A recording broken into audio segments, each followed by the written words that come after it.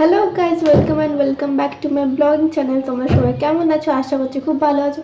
আমিও খুব ভালো আছি। তো আমার ঘরের পেছনে ঘর হচ্ছে, তো ওর আওয়াজটা একটু ইগনোর করো।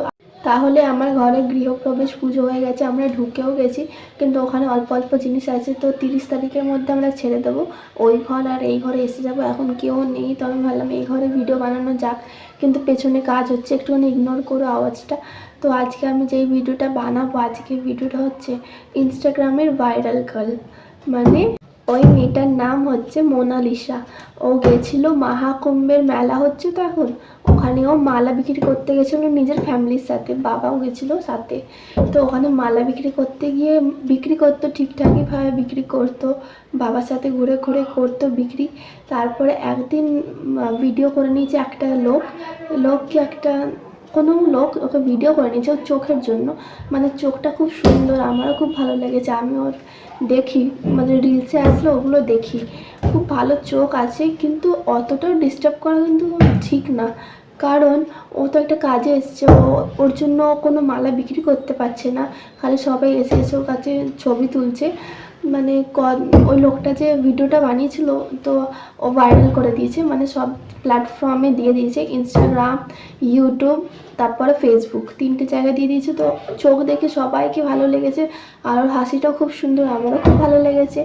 তো ওই জন্য এখন মানে কোনো মালা বিক্রিই করতে পারে না, কারণ খালি লোকরা এসে ভিডিও করে, ইনস্টাগ্রামে ভিডিও করে ছবি তুলে ও চলে যায়। ও যেই কাজের জন্য এসছে সেই কাজটা আর হচ্ছেই না, একটাও মালা বিক্রি হচ্ছে না। তো আমি রিলসে এইসবই শুনেছি, আর ও কোথায় থাকে সেটা আমি জানি না, যতটা জানি তোমাদের সাথে শেয়ার করছি। আর তোমরাও বলো যে ওর চোখটা তোমাদের কেমন লেগেছে কমেন্টের নিচে। আজকে আমি কমেন্ট করবো না, নাহলে কোনো ভিডিও বানাতে বলি কমেন্টের নিচে বলো, কিন্তু আজকে বলবো না। আজকে আমি তোমাকে একবারই বললাম যে ওর চোখটা কেমন লেগেছে, ওটাকে তুমি কমেন্টে জানাতে পারো।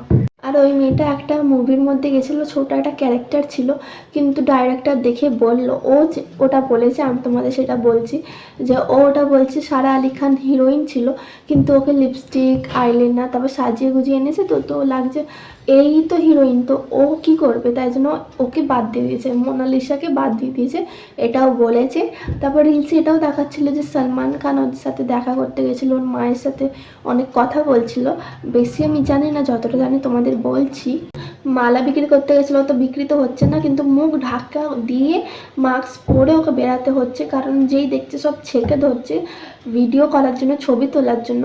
আর অনেকেরা মানে অনেক ডিস্টার্ব করছে, ওর মা বাবা অনেক ডিস্টার্ব, তাই জন্য মানে ওকে অন্য জায়গায় পাঠিয়ে দিয়েছে। এত ডিস্টার্ব করছে সবাই মিলে, মালা বিক্রি করতে পারছে না ও মেয়েটা, তাই জন্য ওর বাবা মাই করছে, আর ওকে যেখানে ও থাকে সেখানে পাঠিয়ে দিয়েছে। এখন আর মহাকুম্ভের মেলাতেও নেই।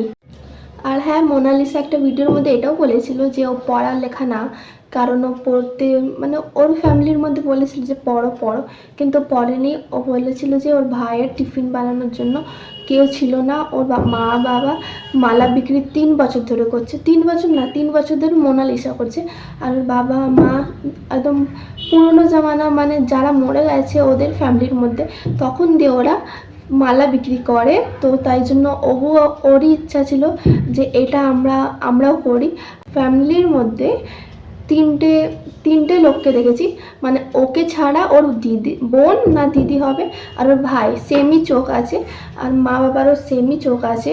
তো আমার ঘরে কাজ হবে, কিচেনের কাজ হবে, তার জন্য আমি তাতে করে ভিডিওটা বানিয়ে নিচ্ছি, তারপর আমি বন্ধ করে দেবো, নাহলে অনেক আওয়াজ হবে, ওর তো আওয়াজ হচ্ছে, এরও আওয়াজ হবে, তাই জন্য আমি বন্ধ করে দেবো।